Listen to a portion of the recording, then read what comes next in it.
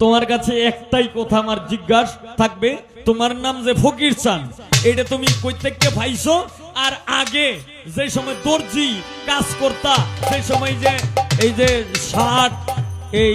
Shirt বানায় দিতা, fan বানায় দিতা, এই সময় তোমার নাম কি ছিল?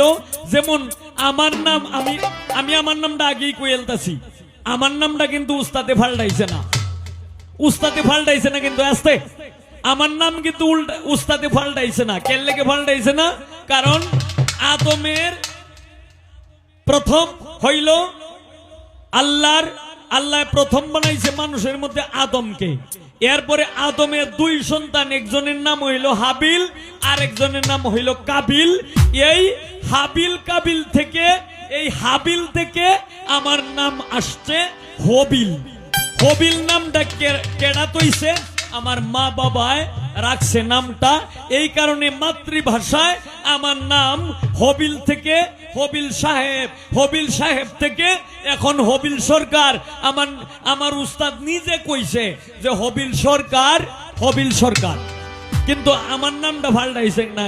কিন্তু তোমার নামটা যে ফাল্টাইলো, এটার মূল কারণটা কি? হবিল নামের অর্থ হইল শুভেচ্ছা, স্বাগতম, সফল।